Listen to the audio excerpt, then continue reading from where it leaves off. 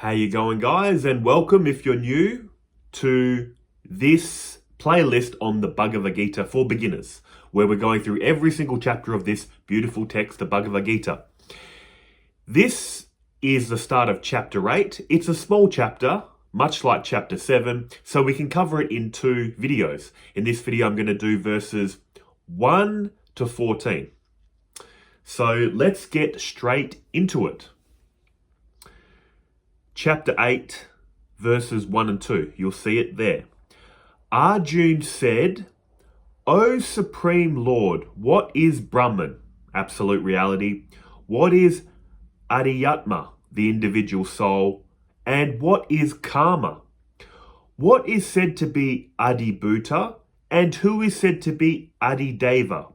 Who is Adiyajna in the body? And how is he the Adiyajna? O Krishna, how are you to be known at the time of death by those of steadfast mind? There were a lot of terms thrown out there. And why did Arjuna ask this? Because at the end of chapter 7, Krishna started throwing out all these terms. So Arjuna naturally asked, well, what does this mean? What does that mean? And let's go to Krishna's explanation and then we'll have a discussion to break down all these terms. 8.3, the Lord said, the supreme indestructible entity is called Brahman.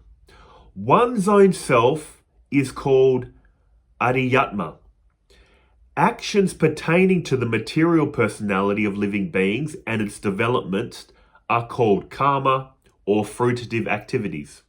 Verse 4, O best of the embodied souls, the physical manifestation that is constantly changing is called Adibhuta. The universal form of God, which presides over the celestial gods in this creation, is called Adideva. I, who dwell in the heart of every living being, I am called Adiyajna, or the Lord of sacrifices.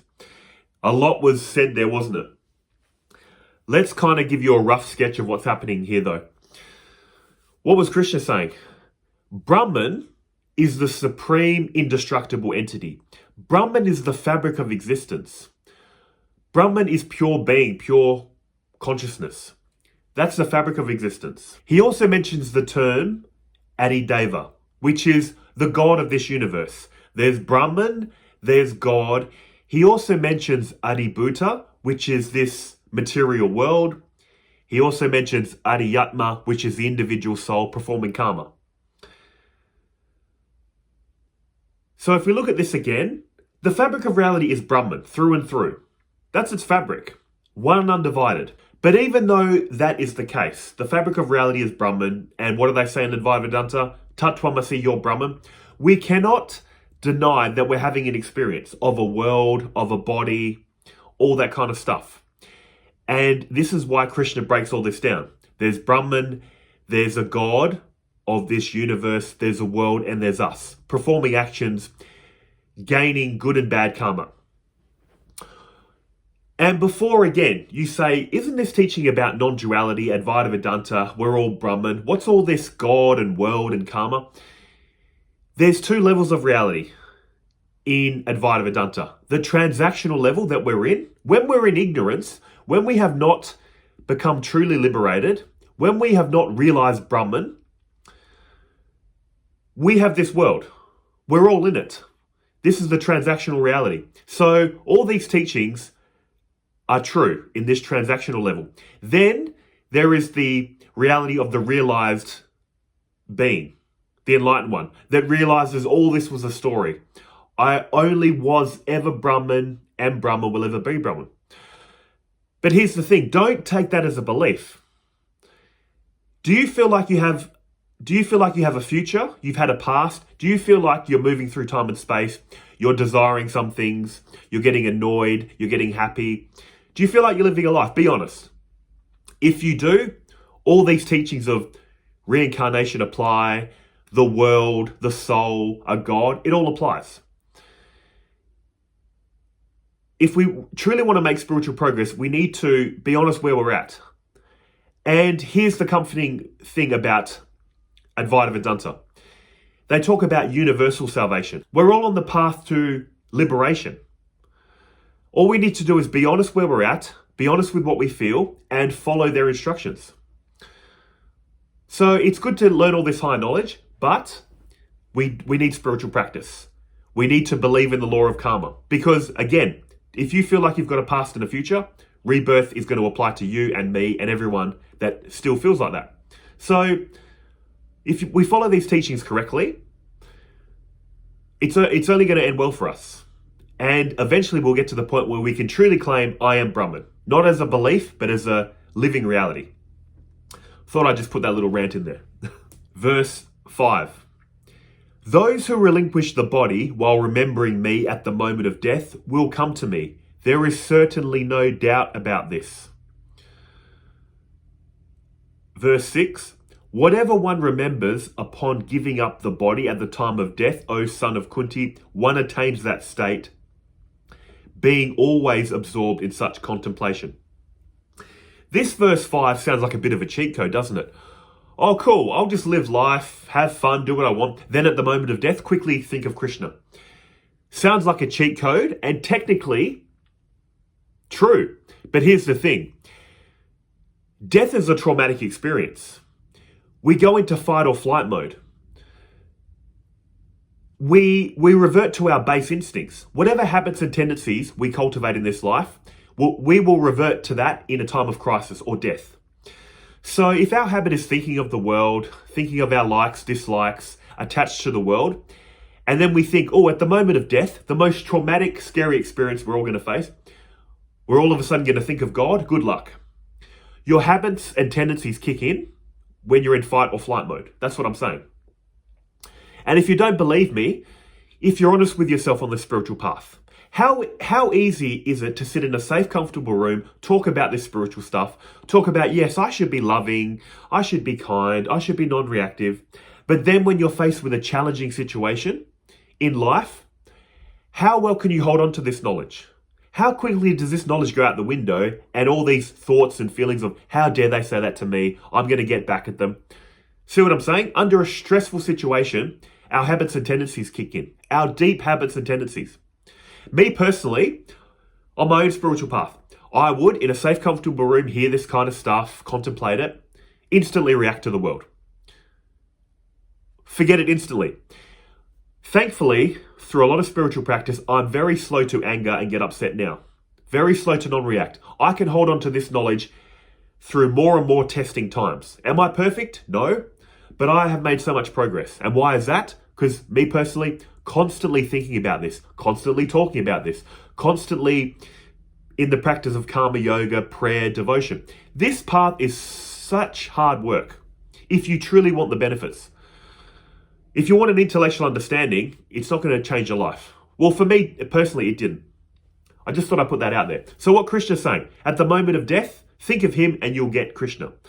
But here's the thing, it's very hard to do if you're not constantly thinking about God in your daily activities through practices of surrender, prayer, devotion, karma yoga. If that is your habit, what's going to happen at the time of death? You'll instantly think of Krishna and go to his abode. So that's what he was basically saying in verses 5 and 6. Verse 7, therefore always remember me and also do your duty of fighting the war. With mind and intellect surrendered to me, you will definitely attain me. Of this there is no doubt. Now Krishna is going back to the teachings of karma yoga. Fight the war. Arjuna's in a war in the Bhagavad Gita. Fight this war and think of me. Krishna's going back again, like I said, to those teachings of karma yoga. What Krishna is telling Arjuna to do applies to all of us. We're not all out fighting wars, thank goodness. But what we need to do, whatever profession we're in, whatever activity we're in, think, I'm doing this as a service to God. When we do good acts with a selfish motives, we get good karma. But here's the thing. This life, this whole death, rebirth, reincarnation isn't about going to higher and higher heavens, generating good karma. It's good and all. But in Hinduism, in Advaita Vedanta, they say heaven and hell are temporary abodes. The whole point is to get out of this. Going to a heaven, coming back to earth, going to a hell, going to a heaven. You want to get out of this constant treadmill. Chains made of gold are still chains, as Swami Vivekananda said. So when we perform actions, good actions with a selfish motive, yeah, we're going to get good karma. But what Krishna truly wants us to do is perform actions as a service to him. What does that do? Purifies the mind. Helps us get closer to the end goal. Selfless service, also as an added side benefit. Doing good actions and offering them to God also gives you good karma. So you get the good karma and you purified your mind. So it's a lot more efficient. And again, he just repeats the point, with the mind and intellect surrendered to me, you will definitely attain me. Of this there is no doubt. Again, fix your mind on God, make it a habit. At the moment of death, easy, you'll be going there, because that is your habit. Verse 8, with practice, O part, when you constantly engage the mind in remembering me, the supreme divine personality, without deviating, you will certainly attain me. Again, he's just repeating the point. Keep your mind fixed on God. As you move about this life, here's what I do personally. Here's my routine. Whenever I'm experiencing something good, the thought comes to my head. Thank you, Krishna, so much for this beautiful experience and the senses you've given me to experience this. What a beautiful thing I'm seeing, hearing, tasting, feeling, or smelling. Thank you for this experience and thank you for the senses to experience. When things go wrong, I say, thank you so much, Krishna, for giving me the opportunity to practice non-reactivity, to practice being understanding, patient, compassionate, for remembering not to put my happiness in this world. This world is not here for happiness. The true source of happiness is in remembering you. See, so whatever life throws at you, you can remember God. If you're going to get angry at life, don't get angry at people, get angry at God. At least you're getting angry at God. Make it all about God. All your blessings, all your trials and tribulations, God, God, God. That's what Krishna is truly wanting us to do. Also, another practice I do, I freely try to make things work out as I want it. If it doesn't work, I humbly accept it's God's will. When things work out, I say, oh, cool, it's God's grace. Constantly God, God, God on the mind. While you're living an everyday, normal life from outward appearances. Other people think he's just some guy living a life. Internally, you've renounced the world. And of course, this is spiritual practice. Don't beat yourself up too much. As long as you have the intention to keep doing this, it forms a good habit and eventually becomes automatic. Verses 9 and 10. God is omniscient, the most ancient one, the controller, subtler than the subtlest, the support of all, and the possessor of an inconceivable divine form. He is brighter than the sun and beyond all darkness and ignorance. One who at the time of death, with unmoving mind attained by the practice of yoga, fixes the pran, life airs, between the eyebrows, and steadily remembers the divine Lord with great devotion, certainly attains him. This is a teaching from Patanjali Yoga. All this kind of fixing the mind at a certain point between the eyebrows or in the heart, which he mentions a bit later, it comes from yoga. And I just want to repeat, one who at the time of death with unmoving mind attained by the practice of yoga. What is the practice of yoga? Karma yoga, keeping the mind fixed on God. So at the time of death, the mind fixed on God, fixing the life airs between the eyebrows, steadily remembering the divine Lord with great devotion certainly attains him. So there's another option at the time of death. But the most important thing, keep your mind fixed on God at the time of death. Verse 11. Scholars of the Vedas describe him as imperishable. Great ascetics practice the vow of celibacy and renounce worldly pleasures to enter into him. I shall now explain to you briefly the path to that goal. He mentioned about the great ascetics practice a vow of celibacy and renounce worldly pleasures to enter him. This vow of celibacy, why do monks do this? Because obviously the sexual desire is probably the most powerful force in this reality, isn't it? The desire for sex, procreation. All that sexual energy, if it's not being used to fulfill your sexual desires, all that energy build up needs to go somewhere. So these monks take a vow of celibacy and redirect that energy inward, into God, into spiritual practice. Apparently, it's very good for energy levels and for concentration. It's basically the sexual energy, the sexual force, is such a powerful force, isn't it? So it can either be directed out into the world and lost or maintained in the body. And just quickly, Sri Ramakrishna, for those who say, where is God? How come I can't see God? How come I can't experience God? Sri Ramakrishna says, if you take all that attention and energy that the worldly man puts into his wealth, the husband puts in to his wife, the mother puts into her child, basically what he's saying is, all that attention that we direct out into the world, we want power, we want money, we want sex, we want love. If you collect up all that energy and direct it towards God, you will definitely realize God. Like a magnifying glass. Take all those sun rays and magnify it on a single point. It burns the leaf. I did that as a child. Now, that can be very dangerous, can't it? You can start bushfires. But basically, take all that desire for the world, contract it into a single point, God, you realize God. And just one of those energies, sexual desire, is so powerful, isn't it? So imagine taking all your sexual desire, all your desire for money, love, all that stuff. That's what they're trying to get us to do. Stop scattering our attention in 1,000 different places into places of limited happiness, ultimately limited. Gather it up, direct it towards the true source, limitless happiness. You'll definitely realize God, attain Him. Sounds good in theory, very hard in practice, which again is why we need spiritual practice. Verse 12, restraining all the gates of the body and fixing the mind in the heart region, and then drawing the life breath to the head, one should get established in steadfast yogic concentration. Again, this is a practice from Patanjali Yoga.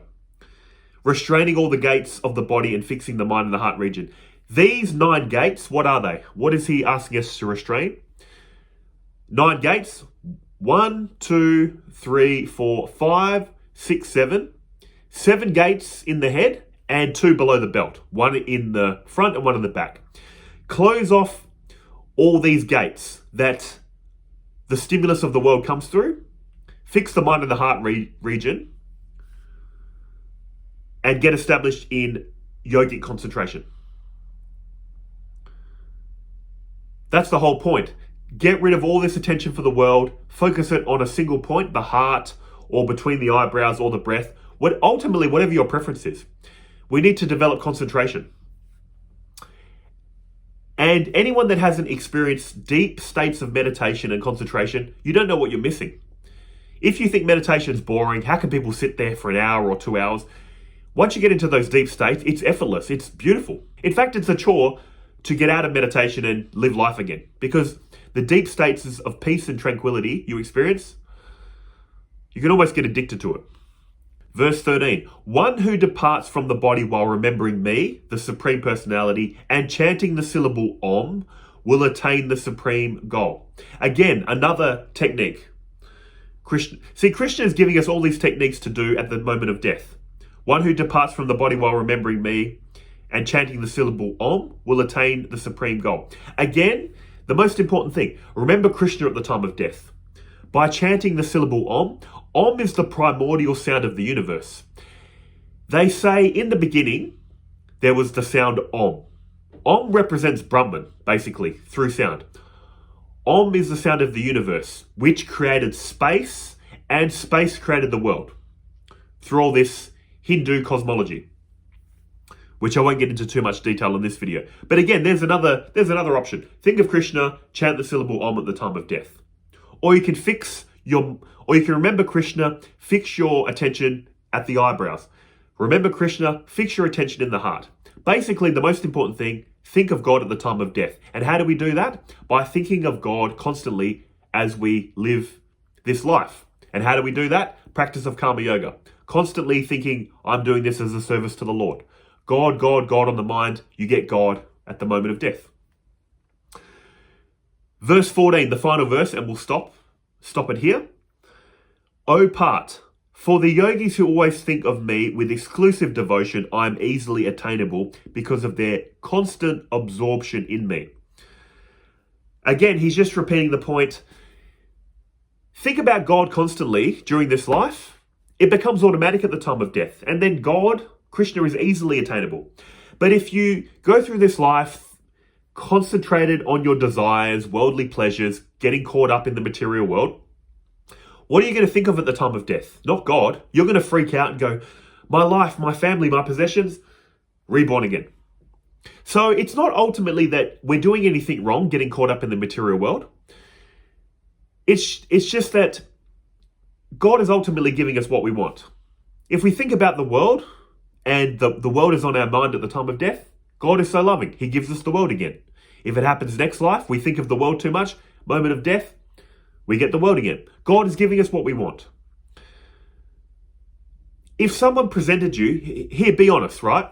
If someone presented you 2 buttons you can push. 1 button, you push it, you will get all the money, all the power, the perfect relationship, everything you want in this life.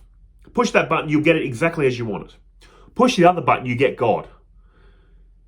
Now, they're not going to explain to you what that means by getting God. It's just saying, look, push this button, all your material desires will be fulfilled. Push this button, you're going to get God, with no more description after that. Which button do you honestly feel like you would like to push right now? If you're deep down honest.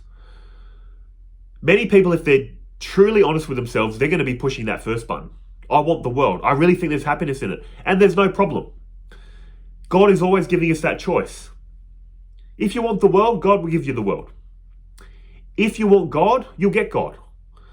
But many people don't have a faith in a God. Many people are fascinated by this world, so they pick the world. No problem. Again, God is giving us what we want. So that's a practice I've done with myself. In the beginning of my spiritual journey, I was heavily wanting this world. And I thought a bit of spirituality can help me. Give me some cool experiences. Basically, my attention used to be 100% in the world, 0 in God. Then it went to probably 90% in the world, 10% in God. Slowly that ratio is changing. It's changing for me, and it will be changing for you if you're new to this path. Over more and more time, you'll rely less on this world for your happiness, and more of it will be in God. And again, this is what Krishna was mentioning in chapter 5 of the Bhagavad Gita, the karma sannyasi. The way to ultimately realize God, which is the path and goal of all of us are going to be saved. But the way to do it while we think we have free will is to slowly withdraw our attention from this world. Live a comfortable life, of course. Try to achieve a comfortable life, but slowly over time, try to withdraw more and more comforts in your own time. Simplify your life more and more. Pay less and less attention to this world. If you do it slowly, before you know it, however many lives it's going to take, you'll be a renunciate. All your peace, love, and happiness will be in God, not in this world. So I'll leave the video there before I start ranting. I could talk about this for hours, but I'll try to respect your time. Hope this video helps, and I'll see you guys in the next one. Take care.